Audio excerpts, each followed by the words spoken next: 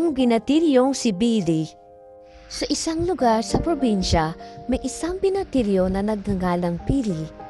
Lumaki siya sa mahirap na pamilya. Si Billy ay may isang matalik na kaibigan. Ito ay si Mark. Si Mark ay lumaki sa maginhawang pamilya, ngunit hindi ito naging hadlang para sila ay maging matalik na magkaibigan. Billy, halika na! Bilisan mo at tayo ay mahuhuli na sa ating klase. Sigaw ni Mark sa labas ng bahay. Sandali lang naman, hindi pa ako tapos maghanda. Hindi kasi ako nagising ng maaga dahil ako ay napagod sa paglalaro. Sagot ni Billy kay Mark. Oh Billy, anak, bilisan mo ang kilos at mauhuli na kayo sa klase ni Mark. Nakakahiya sa kanya, maaga pa lang ay nakagayak na itong si Mark. Wika ng ama ni Billy. Heto na po itay, matatapos na po ako, sagot ni Billy. Nakarating na ang dalawang binatilyo sa paaralan. Ang kanilang guro ay dismayado dahil ilan sa mga estudyante niya ay bagsak. Billy, halika dito. Bakit po sir? Hindi maganda ang iyong marka at performance. Marami kang naging bagsak na subject. Ano bang nangyayari sa iyo ha? May problema ka ba? Nadaan na lang tanong ng guro kay Billy. Wala naman po sir, wala naman po akong problema, sagot ni Billy. Gusto kong bumawi ka sa iyong mga bagsak dahil malapit na matapos ang semester ng klase. Naiintindihan mo ba, Billy? Opo, sir. Ayokong tugon ni Billy. Natapos ang klase, hinanap ni Mark si Billy upang kausapin kung bakit siya kinausap ng kanilang guro. Hoy Billy, halika muna dito, sigaw ni Mark. Bakit Mark? Mauna ka na umuwi. Hindi pa kami tapos maglaro, sigaw naman ni Billy kay Mark. Billy, kailangan mo nang umuwi dahil maraming binigay na takdang aralin ang ating guro. Kailangan matapos ito bukas, sagot ni Mark.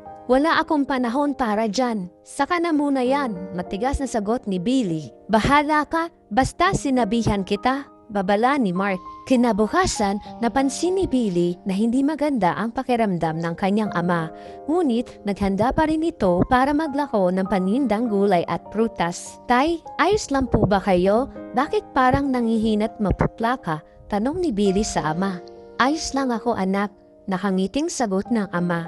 Maghanda ka na sa pagpasok at baka dumating na ang iyong kaibigang si Mark. Kumain ka na dyan at ako ay hahayo na. Wika ng ama. Sige po itay, mag-iingat po kayo. Samantala, natapos na ang klase at palabas na sila ng paaralan nang may narinig si Billy na tawag mula sa guro. Billy, ang tatay mo, sinugod sa ospital, puntahan mo. Po, bakit daw? Puntahan mo na, hindi ko din alam. Tumawag sa akin ng nurse para papuntahin ka. Sige po sir, papunta na ako. Agad namang umalis si Billy para puntahan ng ama. Tay, ano pong nangyari sa iyo? Biglang sumingit ang nurse. Paumanhin, ikaw ba ang anak ng pasyente? Opo nurse, mabuti na ang lagay ng iyong ama. Mabuti na lang at agad siyang nadala dito. Muntik nang atakihin sa puso ang iyong ama, dulot ng pagod at mainit na panahon. Magpahinga muna ang iyong ama para gumaling. Ganon po ba? Maraming salamat po sa pagligtas ng buhay ng aking ama. Walang anuman iyo. Anak, halika muna dito, mag-usap tayo. Tay, magpahinga ka muna. Ako ay bibili lamang ng makakain. Sandali anak, kumusta ang iyong pag-aaral? Nakausap ko ang iyong guro dahil napadaan ito kanina sa pwesto. Hindi daw maganda ang mga grado mo. Tanong ng ama kay Billy. Tay, patawarin niyo po ako. Inuuna ko pa po kasi ang paglalaro kaysa mag-aral. Tugon ni Billy. Billy, anak, pagbuti mo ang iyong pag-aaral dahil ito lamang ang tanging maipapamana ko sa iyo. Ang makapagtapos ka ng pag-aaral, gusto kitang mabigyan ng magandang kinabukasan dahil hindi ko ito naranasan. Kaya tayo ay hirap. Maaging nawala ang iyong ina dahil sa pagkakasakit. Kapos tayo para ipagamot ang iyong ina. Pili anak, sikapin mo makapagtapos ng pag-aaral dahil ito ay para sa iyo din, para sa magandang kinabukasan mo.